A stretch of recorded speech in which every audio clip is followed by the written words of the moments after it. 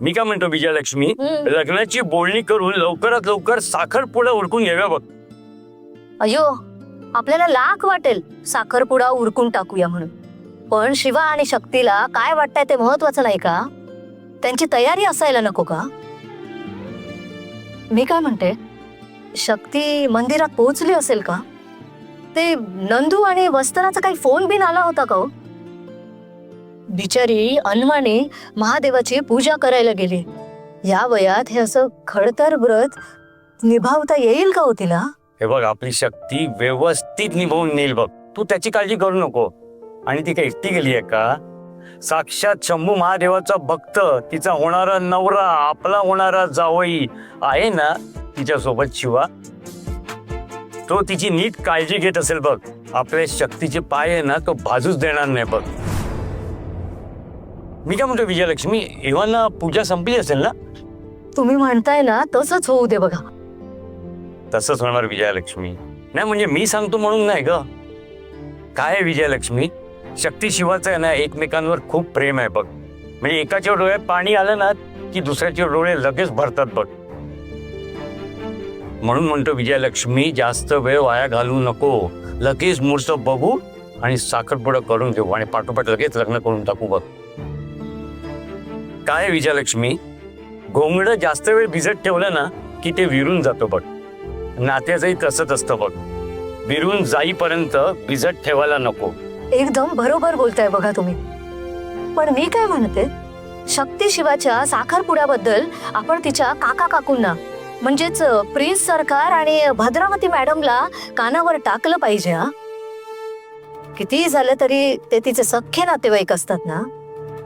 Correct, तुझं म्हणणं पटतंय मला. त्यांच्या कानावर हे घातलंच पाहिजे, त्यानेही आनंद होईल बघ.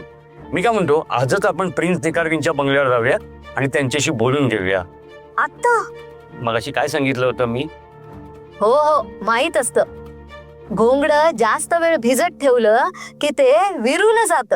करेक्ट. अगं मग थांबली का? चल आवर पटकन पटापट. बरोबर, मी पण आवरतो. बरोबर, मी आवरते. हो हो.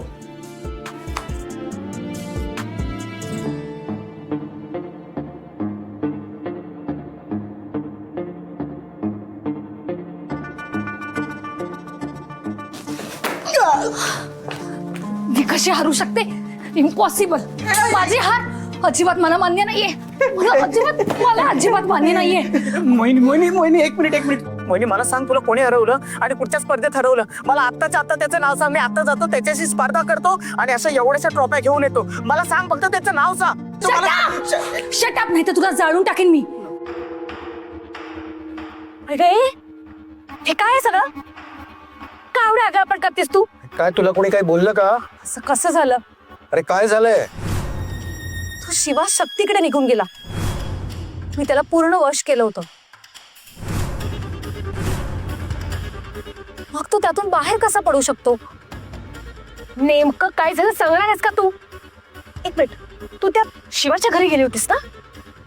काय झालं मग? हो, मी गेले होते, पण नेमका देवघरातला बल्ब फुटला आणि शिवा भानावर आला आणि मग तो शक्तीच्या मदतीसाठी निघून गेला आणि तेही तिला स्वतः उचलून मंदिरात चालत अनवाणी गेला.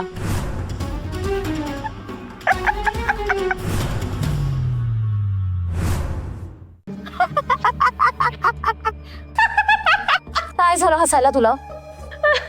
आता तुझं हसू झालंय म्हटल्यानंतर हसू तर येणारच ना मला.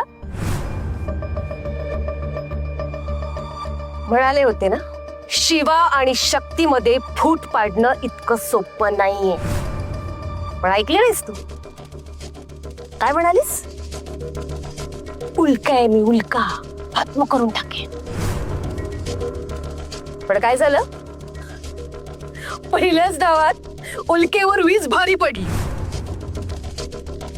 म्हणून सांगते, जमिनीवर राहा, जास्त उडू नकोस, कळलं? तुझे सल्ले तुझ्याकडेच ठेवायचे. मला आता हे सगळं चेटकोबाला सांगावं लागणार आहे. काय करू तुम्ही सगळं? चेटकोबा, चेटकोबा, मला आता तुझी गरज आहे. मला माझ्या सगळ्या प्रश्नांची उत्तर हवी आहे. कुठे आहेस तू? चेटकोबा, चेटकोबा प्लीज समोर ये. कुठे आहेस तू? ये ना प्लीज. हे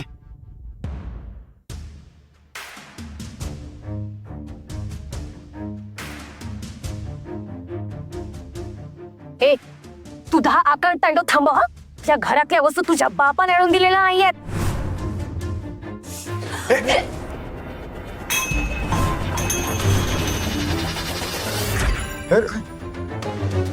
ए ए मोहिनी, हा चेटकोबा घेऊन गेला की काय?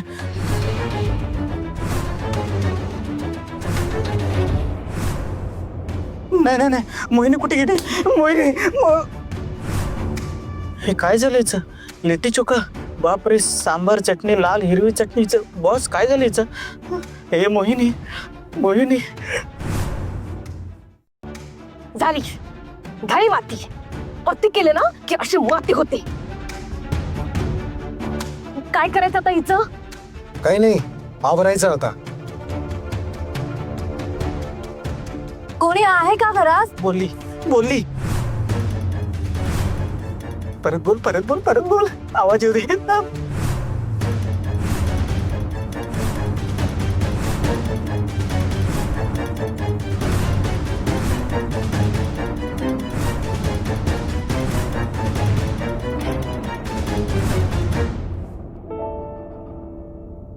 सावकाश सावकाश वा, सावकाश सावकाश. सांभाळ. हळूहळू हळू. सावकाश. अम्मा अप्पा एवढ्या दुपारी लॉक करून कुठे गेले असतील? देवीच्या देवळात वगैरे गेले असते. देवळात एवढ्या भर दुपारी?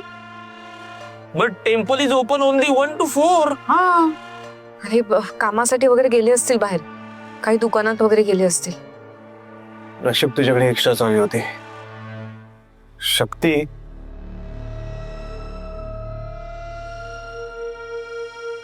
अगं पाय बघ तुझा किती लाल झालाय. थांब, आपण बर्फ आणतो, बरं वाटेल बर्फाने. अरे थांब थांब. बर्फ आल्यावर बरं वाटेल. हा हा, जरा थांबा.